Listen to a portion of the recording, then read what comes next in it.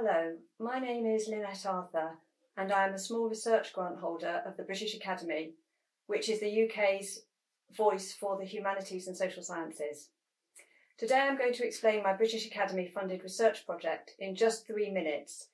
The research has investigated why teachers choose to stay working in challenging schools, that is, schools that are based in the poorest areas. I became interested in this topic when undertaking a different project with the school leaders of the most challenging schools in the city where I work. And one of their biggest problems was teacher turnover. At many of the schools, it was 50% every year. They lost half their teachers.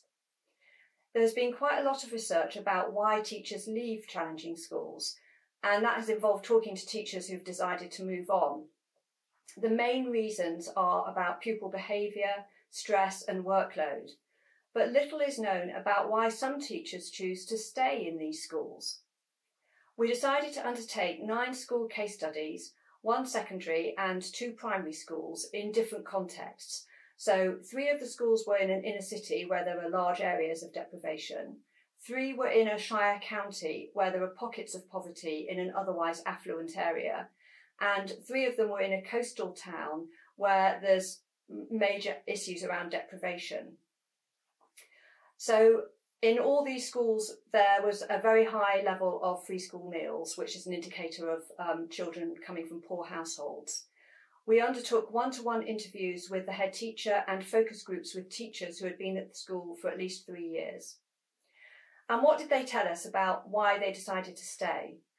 The main reason was because of the pupils. So although some teachers leave schools because the pupils' behaviour is not good enough, these teachers found rewarding relationships with the pupils, and the feeling that they could really make a difference was one of the main reasons why they wanted to stay.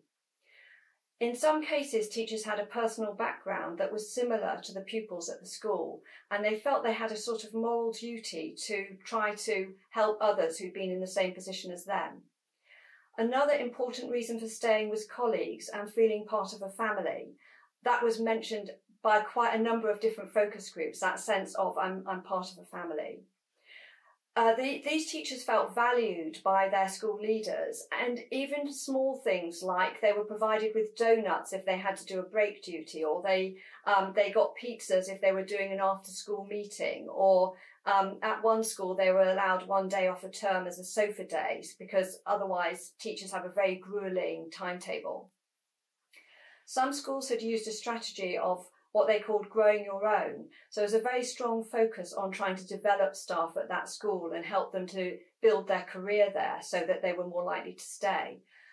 One school actually contacted former sixth formers who they knew had finished their degree to ask if they would like to come back to the school as a teacher.